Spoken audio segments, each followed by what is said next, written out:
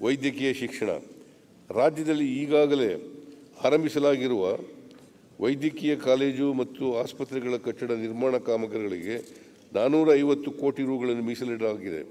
ಪ್ರಸಕ್ತ ಸಾಲಿನಲ್ಲಿ ಗದಗ, ಕೊಪ್ಪಳ, ಕಾರವಾರ ಮತ್ತು ಕೊಡಗು ಜಿಲ್ಲೆಗಳಲ್ಲಿ 450 ಬೆಡ್ ಆಸ್ಪತ್ರೆಗಳ ನಿರ್ಮಾಣ ಕಾರ್ಯವನ್ನು ಆದ್ಯತೆ ಮೇಲೆ ಪೂರ್ಣಗೊಳಿಸಲಾಗುವುದು.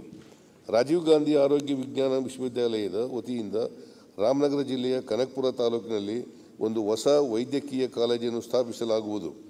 ಮೈಸೂರು, ಕಲಬುರಗಿ ಮತ್ತು ಬೆಳಗಾವಿ ಜಿಲ್ಲೆಗಳಲ್ಲಿ ಸೂಪರ್ ಸ್ಪೆಷಾಲಿಟಿ ಆಸ್ಪತ್ರೆಗಳ ಕಾರ್ಯಾರಂಭ ಮತ್ತು ಸುಟ್ಟ ಗಾಯಗಳ ಘಟಕ ಸ್ಥಾಪನೆಗೆ 155 ಕೋಟಿ ರುಗಳನ್ನು ಒದಗಿಸಲಾಗುವುದು.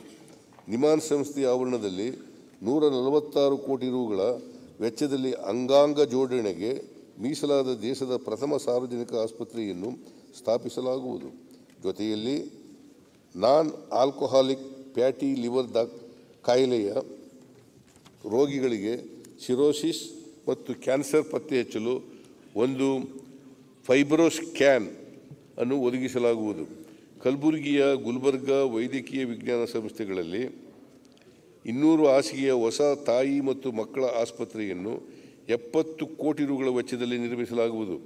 ರಾಜೀವ್ ಗಾಂಧಿ ಆರೋಗ್ಯ ವಿಜ್ಞಾನಗಳ ವಿಶ್ವವಿದ್ಯಾಲಯ ವತಿಯಿಂದ ಬೆಳಗಾವಿ, ಕಲಬುರಗಿ, ಹುಬ್ಬಳ್ಳಿ, ದಾವಣಗೆರೆ, ದಕ್ಷಿಣ ಕನ್ನಡ ಮತ್ತು ಮೈಸೂರು ಜಿಲ್ಲೆಗಳಲ್ಲಿ ಅತ್ಯಾಧುನಿಕ ಕೌಶಲ್ಯ ಪ್ರಯೋಗಾಲಯಗಳು, ಸಂಶೋಧನಾ ಕೇಂದ್ರ ಮತ್ತು ಒಳಾಂಗಣ ಕ್ರೀಡಾ ಸೌಲಭ್ಯಗಳನ್ನು ಹಾಗೂ ಕಲಬುರಗಿ ಮತ್ತು ಮೈಸೂರು ಜಿಲ್ಲೆಗಳಲ್ಲಿ ಅಲೈಡ್ ಹೆಲ್ತ್ ಸೈನ್ಸಸ್ ಕಾಲೇಜುಗಳನ್ನು ಸ್ಥಾಪಿಸಲಾಗುವುದು. ಮೈಸೂರು ಮತ್ತು ಕಲಬುರಗಿಯಲ್ಲಿ ಟ್ರಾಮಾ ಕೇರ್ ಸೆಂಟರ್ಗಳ ಕಾರ್ಯಾಚರಣೆಗೆ 30 ಕೋಟಿ ರುಗಳನ್ನು ಒದಗಿಸಲಾಗುವುದು. ರಾಜ್ಯದ ಸಾವಿರಾರು ಬಡ ಜನರಿಗೆ ಕೈಗೆಟುಕುವ ದರದಲ್ಲಿ ಕ್ಯಾನ್ಸರ್ ರೋಗಕ್ಕೆ ಚಿಕಿತ್ಸೆ ನೀಡುವ ಕಿದ್ವಾಯಿ ಸ್ಮಾರಕ ಗ್ರಂಥಿ ಸಂಸ್ಥೆಯು ಸುವರ್ಣ ಮಹೋತ್ಸವ ಹೊಸ್ತಿಲಿನಲ್ಲಿದೆ. ಈ ಸಂದರ್ಭದಲ್ಲಿ ಆಸ್ಪತ್ರೆಯ ಕಲಬುರಗಿ ಮತ್ತು ಮೈಸೂರಿನಲ್ಲಿರುವ ಪ್ರಾದೇಶಿಕ ಘಟಕಗಳಲ್ಲಿ ಸೌಲಭ್ಯಗಳ ಸುಧಾರಣೆಗೆ 20 ಕೋಟಿ ರು ಒದಗಿಸಲಾಗುವುದು. ಚಿತ್ರದುರ್ಗದ ವೈದ್ಯಕೀಯ ಕಾಲೇಜು ಪ್ರಾರಂಭಿಸಲು ಎಲ್ಲ ಪೂರ್ವ ಸಿದ್ಧತೆಗಳು ಪೂರ್ಣಗೊಂಡಿದ್ದು ಶೀಘ್ರದಲ್ಲಿಯೇ ವಿದ್ಯಾರ್ಥಿಗಳ ದಾಖಲಾತಿ ಪ್ರಕ್ರಿಯೆ ಪ್ರಾರಂಭವಾಗಲಿದೆ.